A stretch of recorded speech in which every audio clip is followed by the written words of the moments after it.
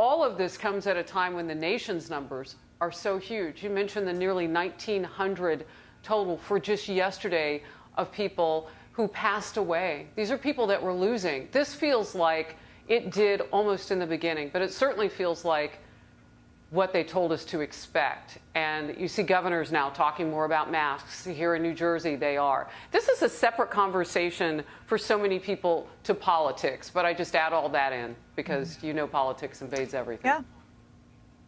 Well, and the virus invades everything, right? You know, Emily, Yeah, government officials are trying to make these decisions about lockdowns, but we also know now a lot more about the consequences of lockdowns, whether it's missed medical appointments, whether it's suicide rates being up. The VA just came out with a report today showing that veteran suicides are up, and the military has been struggling with how to deal with the isolation as a result of this disease.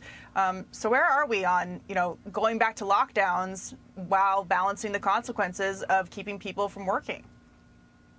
That's exactly right, Katie, and that's why this is so heartbreaking, because in the overall analysis, there's a failure, from my opinion, to really capture and to weigh in an equal manner all of those other effects that are happening that you mentioned that are, like I said, so heartbreaking. And I try to stay away from hyperbole, but the notion of a second economic lockdown is frankly terrifying to me. Yeah. And just to focus on economics for a quick moment, over 90% of businesses in this country are small and medium-sized. Over 100,000 have shuttered permanently because of the first COVID lockdown, and 1 in 5 business owners estimate that they won't make it to the end of the year. That's without a second lockdown.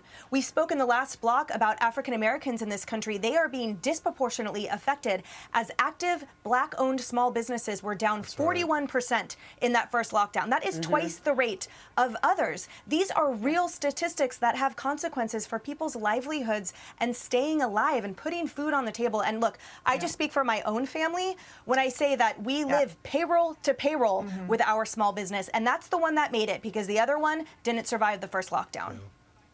Yeah, well, we got to go, but Joe Biden said he was not going to do this, so we'll see if he takes his advisor's advice.